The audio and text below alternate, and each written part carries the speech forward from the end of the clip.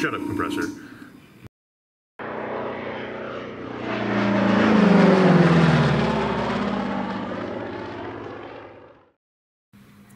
Okay, so now that the cowl has been fully masked off, it's time to go ahead and paint some black.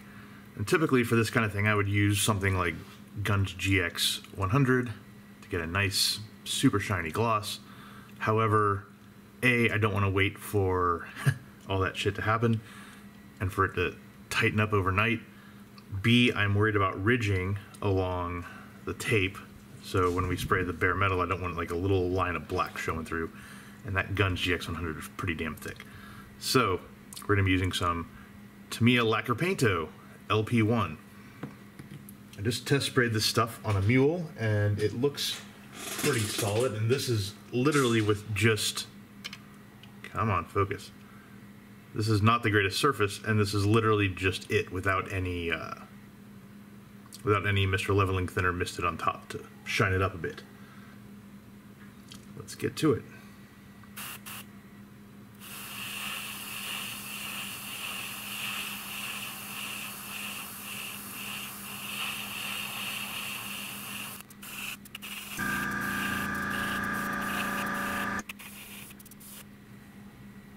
Looking pretty damn solid.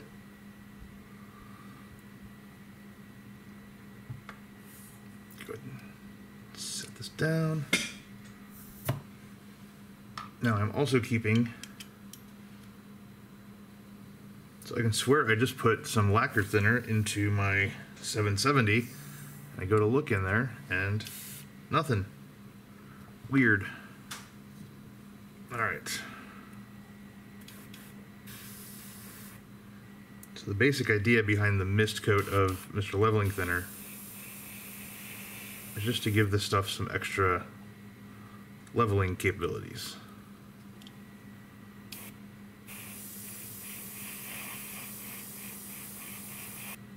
It's a pretty decent gloss, I think. It's good enough for bare metal, right?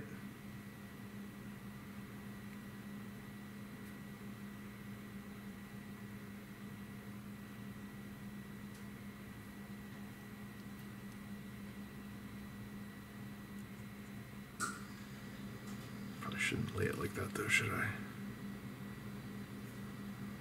Set it like that. Don't want it to, if it does run, I don't want it to run into the tape line. So I figured out what I did, and I also figured out why I'm not getting the greatest coverage on this. My dumbass poured the Mr. Leveling Thinner into the black,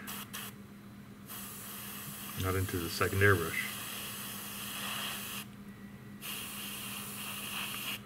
Which is why it was losing all of its coverage ability.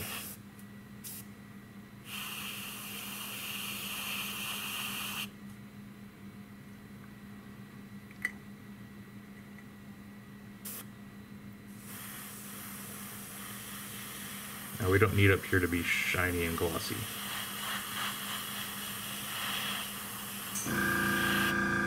That's more for down here.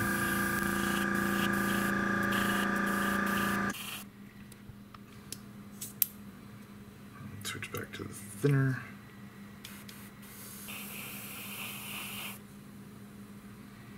All right, there we go. That's more like it.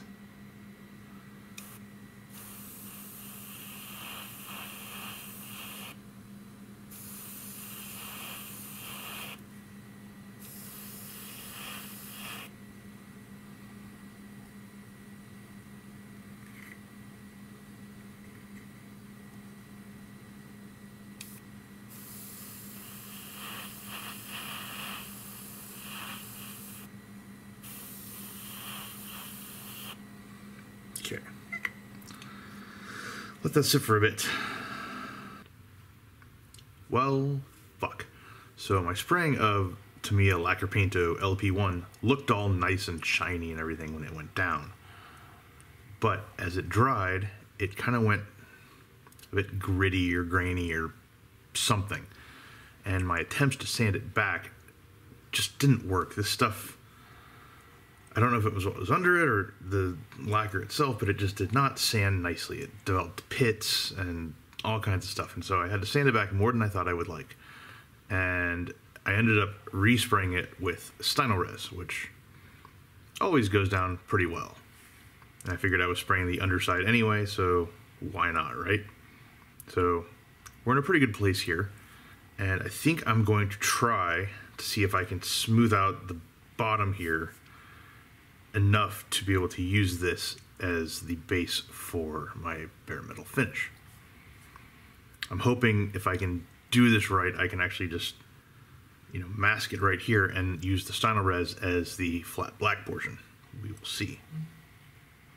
But it does look like it could probably pull off the part. So, got some 1500 grit Tamiya sanding sponge. All the masking here, I want to try to take this easy and gentle as I possibly can. But Stynylrez does smooth out and polish up quite nicely if you're curious to try to do so. I would say it maybe even handles it a little better than Mr. Surfacer does, which is a pretty bold statement.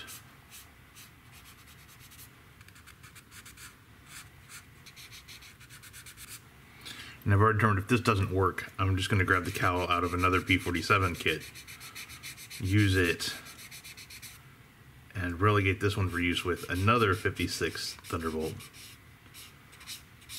Maybe just like a D25, something like that. So I've got one in mind that was camoed up in RAF colors like a lot of the 56 was. And while this needs to be like spot on, amazingly perfect for doing the bare metal thing, the bar is much less high for, I want to get that little fucking corner, for like light sea gray. So that is my backup plan at the moment. So we're getting pretty nice and smooth with this. Let's come out with a little bit of the cloth buffing wheel.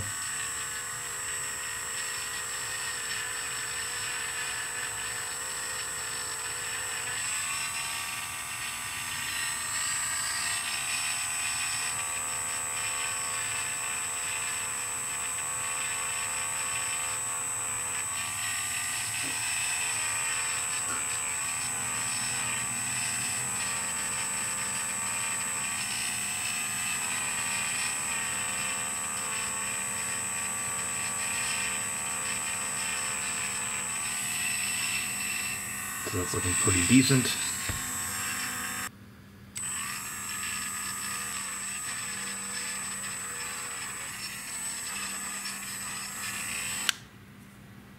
Okay.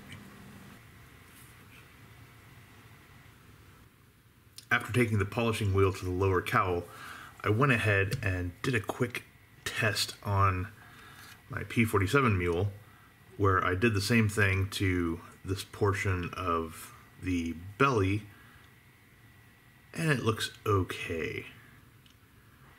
So I've gone ahead and hit the front part with some K-Colors X100 gloss, and I went ahead and did the same thing to the cowl itself. So this needs to sit for a little while before we can really put the metal to it, but that is in progress. Okay, so let's get back to the main body of the jug itself. So I sprayed Stynylrez on the underside, and it's looking pretty good for the most part. It looks like I have a little bit of a panel line to restore right in here, and this area back here still needs some work. Yay. So let's go ahead and restore that panel line first of all. That should be pretty easy to do.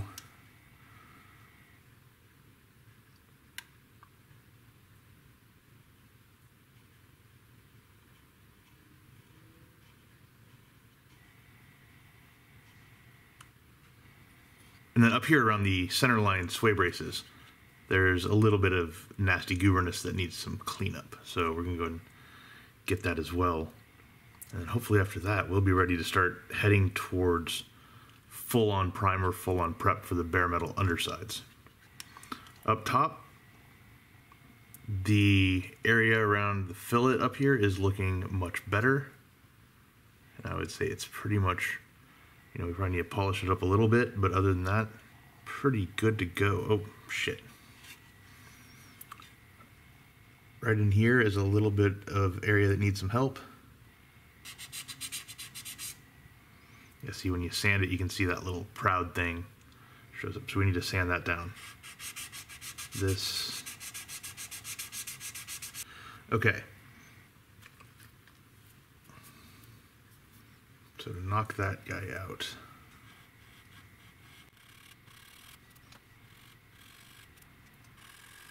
It's really annoying how much this fillet just will not go the fuck away. It's like a shape mismatch with the rest of it. Let's turn it over here. So part of the challenge that we need to do is we need to get in there and clean up that one little booger right there. It's just not an easy place to get any sort of sanding materials into.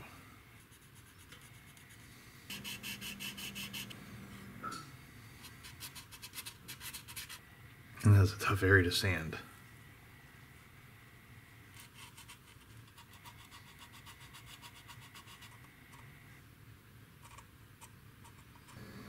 Okay, so it's time for the moment of truthiness. I've got some K-Colors 15 aluminum loaded up into the airbrush. I've got the cowl with the K-Colors X100 gloss applied.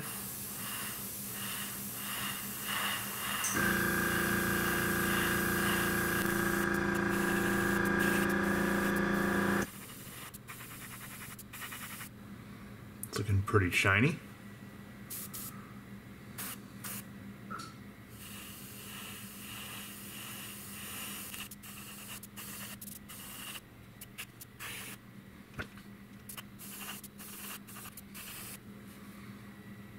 Not shabby at all. We got our demarcation line.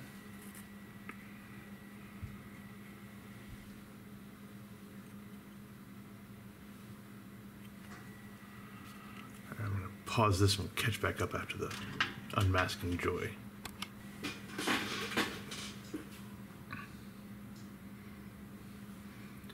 Okay, so I've unmasked the cowl. And let's do a little reveal here. This is the underside. And exactly what I thought would happen with Stynylrez has happened. And that is, let's see if you can find a good angle here. There is a visible ridge between the red and the bare metal down there. That is not something that I want at all. Fuck. Alright. So plan B with this guy, we're gonna set it aside. Maybe I'll see if I can knock it down. I'm not feeling too optimistic. So my plan for that is to substitute in a fresh cowl with fewer layers on it, and use that for building up the bare metal. And where did my nice white sheet go? Well, I spilled the cream white all over it. My dumbass picked it up when the cap wasn't screwed on. So, sweet.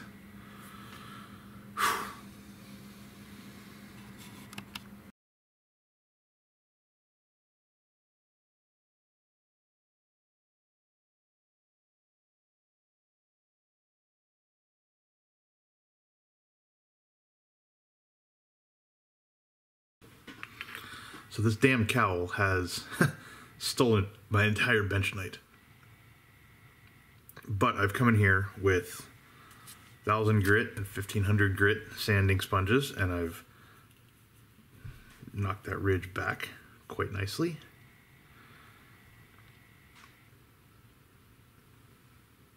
And I still think I've managed to preserve a nice sheen there, so I'm going to try remasking this, and we'll see how it goes.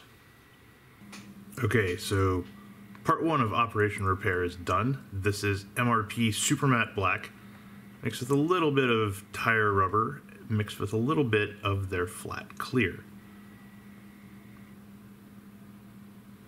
Now I'm going to give this a few minutes to kind of set up, and then we're going to mask over it, and we are going to paint the underside. Okay, we've got that shit masked again, this time with easier hand-holding abilities. Now it is time to spray this, hopefully prepared enough area. Okay, moment of truth time.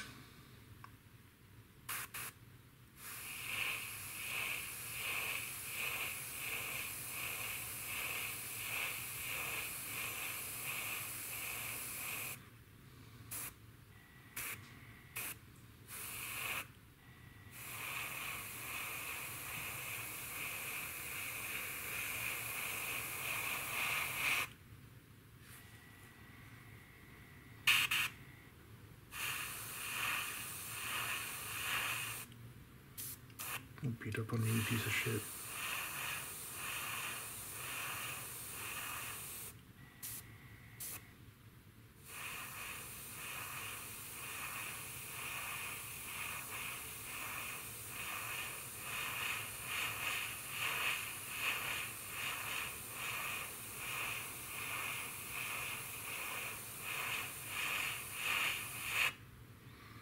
That's looking pretty decent.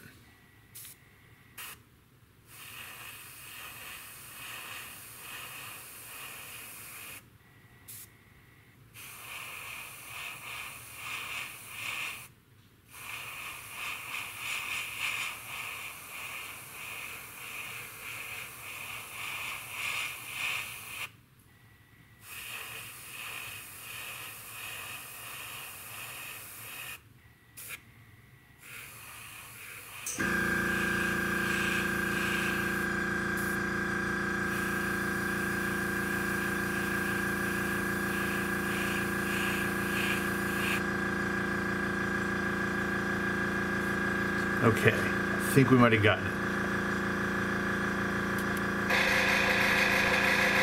This part is always like unwrapping a present on Christmas, except you hope you're not getting shit. This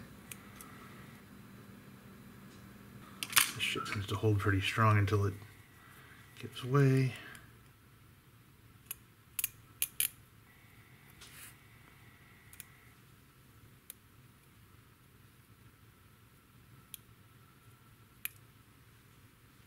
There we go. That's more the ticket. Coolio. Alright, so to paint these, fuck it up first, then redo it, and then you're golden.